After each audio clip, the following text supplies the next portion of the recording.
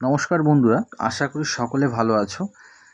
আজকের এই ভিডিওতে একটা ট্রান্সলেশন প্যাসেজ অর্থাৎ বাংলা থেকে ইংরেজিতে আমরা একটা ট্রান্সলেশন প্যাসেজ করব।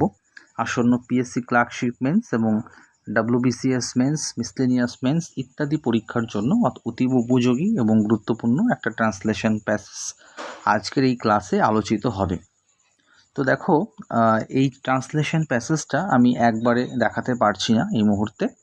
1 বাই 1 লাইন অনুসারে আমি তোমাদের দেখাবো এক একটা করে সেন্টেন্স, ঠিক আছে?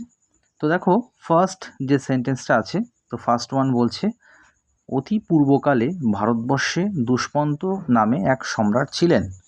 অতি পূর্বকালে ভারতবর্ষে দুষ্মন্ত নামে এক সম্রাট ছিলেন। তাহলে দেখো, এটাকে আমরা কীভাবে ট্রান্সলেট করতে পারি। প্রথমত আছে অতি পূর্বকালে, সেটাকে আমরা এভাবে ট্রান্সলেট করেছি লং এগো, অর্থাৎ অনেক আগে। ভারতবর্ষে একজন রাজা ছিলেন যার নাম কিনা দুষ্মন্ত ছিল। তাহলে এটা এভাবে করতে পারি যে there was a king named Dushmanta in India. ঠিক আছে, there was a king named Dushmanta in India. ঠিক আছে, এখানে আমরা ইন্ট্রোডাক্টরি দেয়ারের ব্যবহার করেছি। আমরা জানি কোথায় ইন্ট্রোডাক্টরি দেয়ার ব্যবহার করা হয়। কোথাও কোনো কিছু আছে বা কোথাও কোনো কিছু ছিল অর্থে আমরা দেয়ার ব্যবহার করি। যদি বলি আমাদের গ্রামে একটি বিদ্যালয় আছে, তাহলে বলবো there is a school in our village. ঠিক আছে, that is a school in our village. যদি বলি আমাদের গ্রামে একটি বিদ্যালয় ছিল, তখন কি হবে? দেয়ার was A school in our village. ঠিক আছে, তো এটা হচ্ছে ইন্ট্রোডাক্টরি দেয়ার। কোথাও কোনো কিছু আছে বা ছিল অর্থে আমরা কি করব? ইন্ট্রোডাক্টরি দেয়ার ইউজ করব। পরের সেন্টেন্সটা আমরা দেখে নেব। তিনি একদা সৈন্য সামন্ত সমভিব্যাহারে মৃগয়ায় গিয়াছিলেন। কি বলছে? তিনি একদা সৈন্য সামন্ত সমভিব্যাহারে মৃগয়ায় গিয়েছিলেন, মানে সৈন্য সামন্ত সহকারে তিনি একবার মৃগয়ায় গিয়েছিলেন, মানে কি শিকার করতে গিয়েছিলেন। দেখো, এটাও সিম্পল পাস্ট টেন্সে করব। সিম্পল পাস্ট টেন্স অর্থাৎ অতীতকালে কোনো কাজ হয়ে গেছে, তার ফলাফল বর্তমানে আর বিদ্যমান নেই। এটাকে আমরা সিম্পল পাস্ট টেন্স বলি, যার স্ট্রাকচার কি হয়? সাবজেক্ট প্লাস V2 অর্থাৎ ভার্বের 2 নম্বর form plus object. It is the structure of simple past tense. তো দেখো, এখানে একটা কথা আছে একদা। তাহলে একদা কথাটাকে সবার প্রথমে রিপ্লেস করে নিলাম যে ওয়ান্স। এখানে সাবজেক্ট হচ্ছে হি, তাই তো? সাবজেক্টকে হি, তো লিখলাম ওয়ান্স হি। আচ্ছা, এবারে কি ভার্বের 2 নাম্বার ফর্ম লাগবে। এখানে ভার্বকে বলো তো মৃগয়ায় গিয়াছিলেন, তাহলে গিয়াছিলেন হচ্ছে ভার্ব। দ্য গোয়ের পাস্ট ফর্ম কি? ওয়েন্ট। তাহলে ওয়ান্স হি ওয়েন্ট, এটা হয়ে গেল সাবজেক্ট, এটা হয়ে গেল V2। ঠিক আছে, এবার দেখো ওয়েন্ট আউট মানে গিয়েছিলেন। ঠিক আছে, যাই হোক, মানে বাইরে গিয়েছিলেন। ওকে, কেন গিয়েছিলেন? ফর এ হান্টিং, একটা শিকারের জন্য। ঠিক আছে, মৃগয়া যে কথাটা আছে এটাকে এইভাবে ট্রান্সলেট করা হয়েছে, for a hunting. Once he went out for a hunting. এবং এবারে বলেছে দেখো সৈন্য সামন্ত সমভিব্যাহারে, তো সেটাকে এইভাবে ট্রান্সলেট করা হয়েছে with his troop of soldiers. ঠিক আছে, ট্রুপ অফ সোলজার্স এটা একটা কালেকটিভ নাউন। ঠিক আছে, অর্থাৎ সৈন্য দল, সৈন্য সামন্তকে বোঝাচ্ছে, কালেকটিভ নাউন। ঠিক আছে, চলে আসবো পরের সেন্টেন্সে। বলছে, একদিন মৃগের সন্ধানে বনমধ্যে ভ্রমণ করিতে করিতে তিনি এক হরিণ শিশুকে লক্ষ্য করিয়া সরাসনে সরসন্ধান করিলেন। তো দেখো, এখানে সরাসনে সরাসন্ধান এই কথাটা মানে হচ্ছে যে আমাদের যে তীর ধনুক আছে, কি বললাম? তীর ধনুক আছে, অর্থাৎ ধনুক থেকে তীর ছোড়া। ঠিক আছে, সরাসনে সরসন্ধান মানে হচ্ছে যে ধনুক থেকে তীর ছুড়লো আর কি।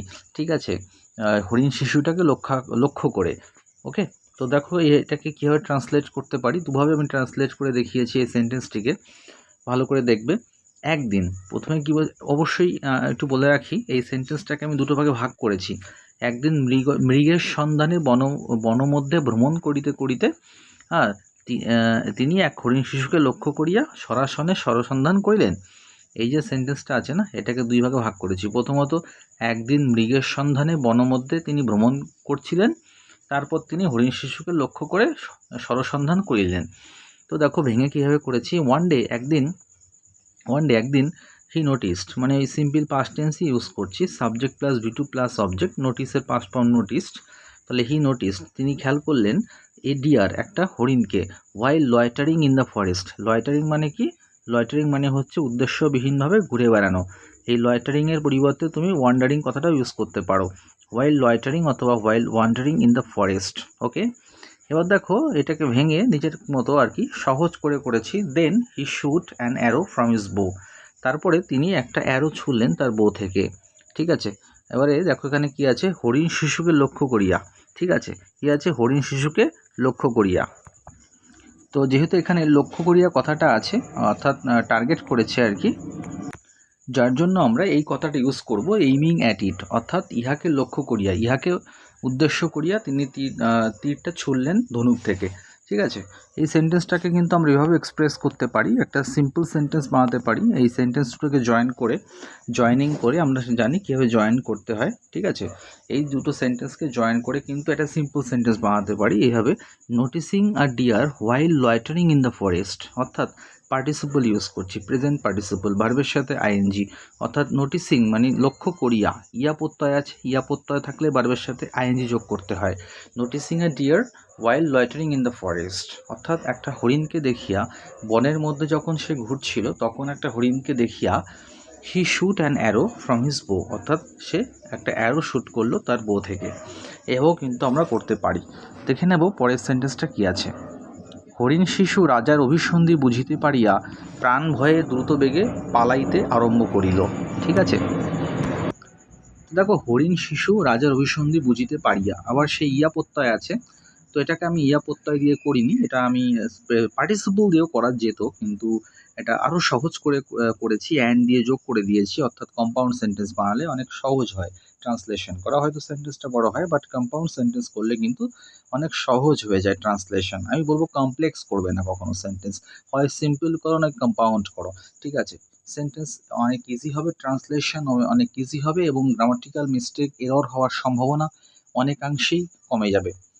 দেখো হরিণ শিশু মানে কি, দ্য ফন, তাই তো, the fawn made out the intention of the king, অর্থাৎ বুঝতে পারলো, মেড আউট হচ্ছে মেক আউটের পাস্ট ফর্ম, মেক আউট মানে কি বলতো, মেক আউট মানে হচ্ছে আন্ডারস্ট্যান্ড, কি আন্ডারস্ট্যান্ড, অর্থাৎ আন্ডারস্ট্যান্ডের ফ্রেজাল ভার্ব হচ্ছে মেক আউট, তার পাস্ট ফর্ম কি মেড আউট, পাস্ট ফর্ম হচ্ছে make out. Okay, the fawn অর্থাৎ হরিণ শিশুটি made out the intention of the king, রাজার ইন্টেনশন মানে অভিসন্ধি, ইচ্ছাটা বুঝিল, হ্যাঁ, অভিপ্রায়টা বুঝিল, and began to run fast to escape death, এবং সে দ্রুত বেগে ছুটতে লাগলো যে টু এসকেপ ডেথ, অর্থাৎ প্রাণের ভয়ে আর কি। ঠিক আছে, প্রাণের ভয়ে। চলে যাও পরবর্তী সেন্টেন্সে। রাজা রথারোহণে ছিলেন, সারথীকে আজ্ঞা দিলেন মৃগের পশ্চাৎ পশ্চাৎ রথ চালনা করো।